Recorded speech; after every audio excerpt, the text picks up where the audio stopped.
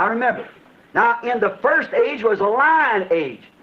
That was a lion of the tribe of Judah, Christ, his own influence of life. Taking that age, that's the first beast, which means power that answered by human voice. The next age was the ox age, or the dark horse rider's age. अब याद रखें, अब पहले युग में एक सिंह का युग था। वो यहूदा के गोत्र का सिंह था। मसीह उसके अपने जीवन का प्रभाव उस युग को लिया। ये पहला पशु है जिसका अर्थ शक्ति है। इसका उत्तर मनुष्य की वाणी के द्वारा दिया गया। अगला युग बैल का युग था या काले घुड़सवार का युग। समझे? Now, reason this first age was a white age was that, as I've always heard people say, that first rider, the white, was the power of the church went forth to conquer, and we found out he was given a crown. If that was it, it was the church. It was the church. But where did he go to? Went to Rome. That's where he did. He received his crown. अब कारण कि ये पहला युग एक सफेद युग था या था, जैसा कि मैंने लोगों को सदा कहते सुना है कि पहला सवार सफेद कलीसिया की सामर्थ थी, जीतने के लिए आगे बढ़ा और हमने पाया कि उसे एक मुकुट दिया गया। ये यही था, ये कलीसिया थी, परंतु वो कहाँ चली गई? रोम में चली गई। यही जहां उसने किया, उसने अपना ताज लिया। Now, the second age was a red horse rider, which was a dark age.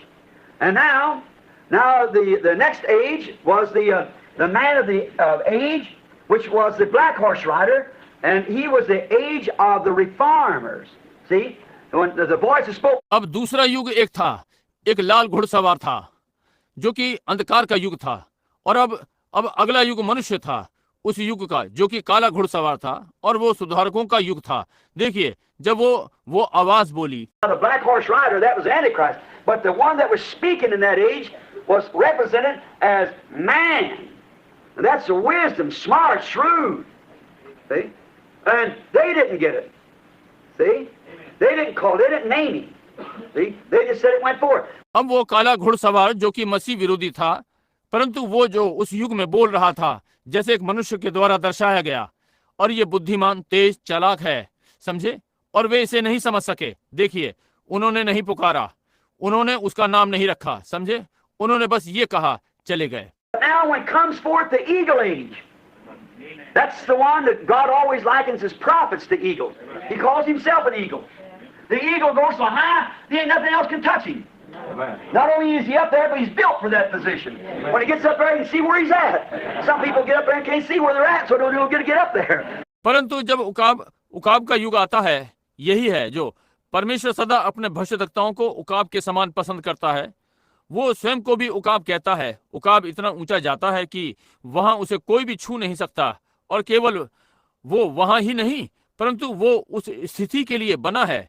जब वो वहां पहुंचता है, वो देख सकता है कि वो कहाँ है। कुछ लोग वहां पहुंच जाते हैं और देख नहीं सकते कि वे कहाँ हैं, इसलिए इससे कोई लाभ नहीं कि वहां पहुंच गए। You let a crow try to fly with an eagle or a hawk, either one, he'd disintegrate. He's got to be pressurized for where he goes. परंतु आप कौवे को उकाब के साथ या बाज के साथ उड़ने का यत्न करने दें, किसी के भी साथ, वो चिथड़े हो जाएगा।